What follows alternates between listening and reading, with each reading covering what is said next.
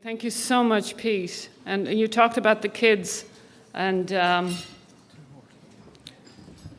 people helping them. And our next honoree is one of those people. He's amazing, and he's a much-loved member of the Irish-American community, Ed Kenney. And you all know him.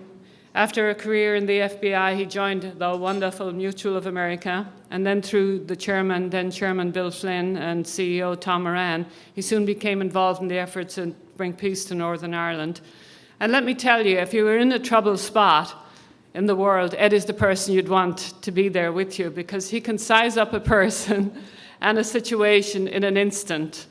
And that particular skill has come in handy in the past 20 years because he's been in many troubled spots of the world, not just Northern Ireland, but through his involvement with the Irish relief organisation Concern Worldwide.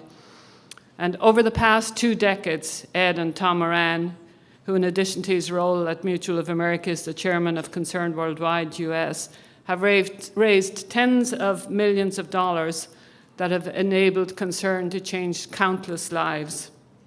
And together they have traveled to over a dozen countries to communities where Concern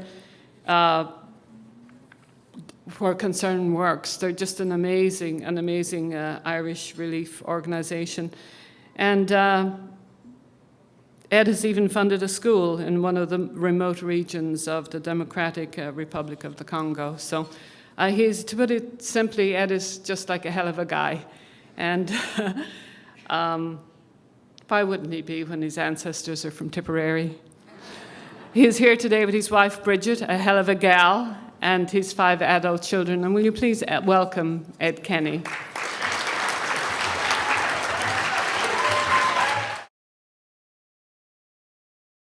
I always thought that Trish was my friend until she put me up here following Bill Clinton, Pete Hamill, and Eileen Collins.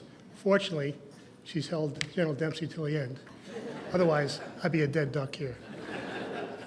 And actually, when Trish invited me to accept this honor, I said, well, you want me to speak? And she said, yeah, but it's not a big deal. It's just a couple of minutes. And so perhaps it's fortunate for all of you, it is going to be a couple of minutes because that's all I prepared. But I'd like to start by honoring Trish and Neil O'Dowd. The fact that we're here today celebrating Irish American achievement is a testament to their efforts over the last 3 decades. More than anyone else, they have defined and recorded in print and online what it means to be Irish and American, and why it is a thing that we need to celebrate. I'd like to pay tribute to President Clinton, Eileen Collins, General Dempsey, and Pete Hamill, who fully embody the Irish-American excellence. As I mentioned, I have difficulty conjuring up a believable rationale for why I would be here sharing the stage with such esteemed company. Yet here I am, and it's a great honor. Thinking of my mother and father and their forebearers from Tipperary and Roscommon, and my wife Bridget's parents from Leitrim and Cavan, it is impossible not to appreciate the fact that we all stand on the shoulders of so many who lived through such harder times and made much more greater sacrifices. It's an essential part of what it means to be an Irish American, and any honor that comes my way is as much theirs as mine. Also, I must recognize and thank my wife Bridget and my 5 children and their spouses that are here today. And I spared you. I didn't bring the 9 grandchildren. And we have one other gentleman sitting at the table. I want to disclaim he's not my son. It's a dear friend of mine. I think most of you know Tom Von Essen, the former fire commissioner on 9/11 here in New York.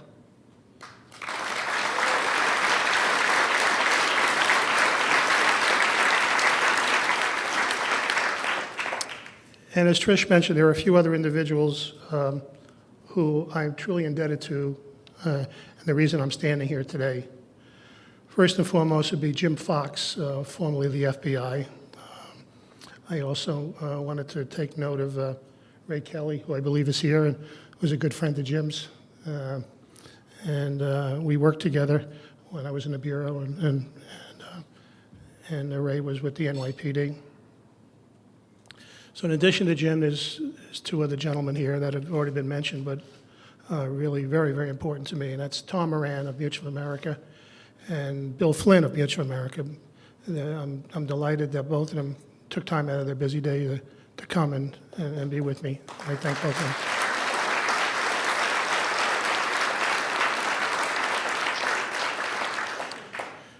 And as was mentioned, I've been very involved with Concern over the last 20 years. This is a much used phrase, but working with Concern has been an earth-changing, life-changing experience for me. And actually, we have a table of workers from Concern here with us that are sitting right over there. And I should also say that my son, Ed Jr., works for Concern. But the two people that introduced us to Concern, both Tom and I, were Siobhan Walsh and Father Angus Finucane. Father Angus has passed on, and Siobhan is in places other than here right now. But Angus was the spirited father who co-founded Concern Worldwide in Biafra in 1968. He was a giant of a man. And there are many of us whose lives were changed by just meeting him. His philosophy, which formed the heart of Concern Worldwide's mission to work with the poorest of the poor, was a simple yet profound philosophy. It's a quote: "Do as much as you can, as well as you can, for as many as you can, for as long as you can." I promise I will be doing my best to live these simple words, and I humbly accept this award on behalf of Angus and so many others. Thank you.